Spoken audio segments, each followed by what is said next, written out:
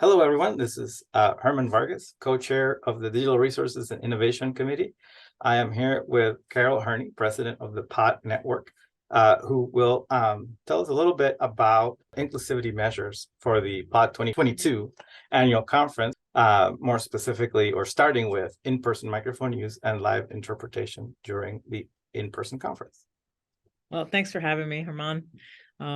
So in all of the session rooms, so for presenter microphone use, there will be a microphone.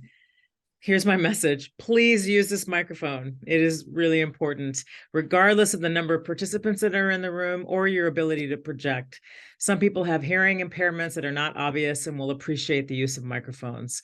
And I think we just have to hold each other accountable for this. So, and with that in mind, it's also worth noting that the participants will have a microphone that they'll have access to. So there'll be a microphone in each room that the participants can use to ask questions or report out during any activities.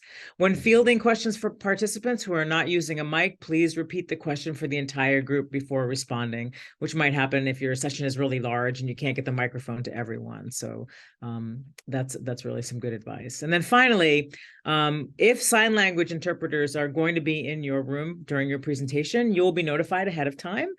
Please be prepared to provide the interpreters with a copy of your presentation or other materials, if pertinent, before you begin. Thank you, Carol.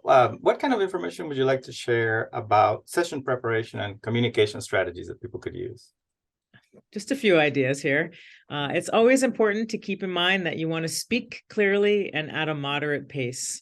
This allows any sign language interpreters or CART transcribers, if they're there, they'll have time to translate if they're present in your session.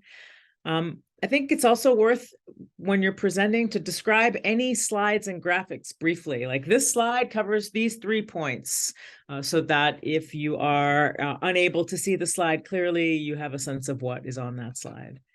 We're also suggesting that you avoid using demonstrative pronouns like this all by themselves. Instead, you want to clarify the meaning with nouns. So this map shows, or this image shows.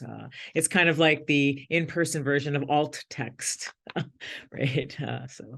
And for presentations that include video, ensure closed captions are turned on. So as much as possible, you want to lead into that technology. Thank you. Carol, you know what I really like? Poster presentations. Oh. Do you have any tips for poster presenters? Yeah, coming from the sciences, I'm also very fond of poster presentations myself. So number one, let's just keep the floor free from obstructions. So make sure that you have your name badge, and then you can put your ID and your hotel key and everything in there, so you don't have to have a bunch of other stuff on the floor cluttering the place, so that they're not tripping hazards. You want to bring a version of your poster in text only or descriptive form. So you could give a flash drive or a printout of some sort. You can show it on a laptop so that viewers can read it. Or again, you can give them a printed out version of is that a word, printed out? Probably not. I'm making up stuff. That's okay. I think, this is always really good practice. You want to offer to narrate your poster to the people that are there watching. It's really easy for them to just sort of stare at it, but guide them through it, talk them through what's going on. If you have a laptop, you can use voice output software to provide a brief description if you're sort of struggling with having to say it over and over again. I think it's a great opportunity for you to engage with other pod members. And then finally, we are providing a link to some guides from Yale to make your poster font and layout accessible. I would have to say here that less is often more when it comes to a poster.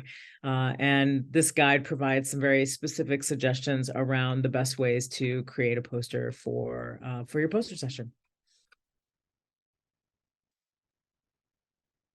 Those are all great recommendations, and I'm sure that our presenters will find them very helpful as they get ready for the POD conference, which is actually in like 2 weeks, 16 days. Like I realized, I was looking at my calendar. It's coming, folks.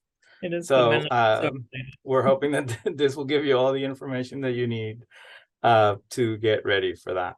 Before we end, I'd like to remind everyone that these guidelines are available on the conference website and were also emailed to presenters.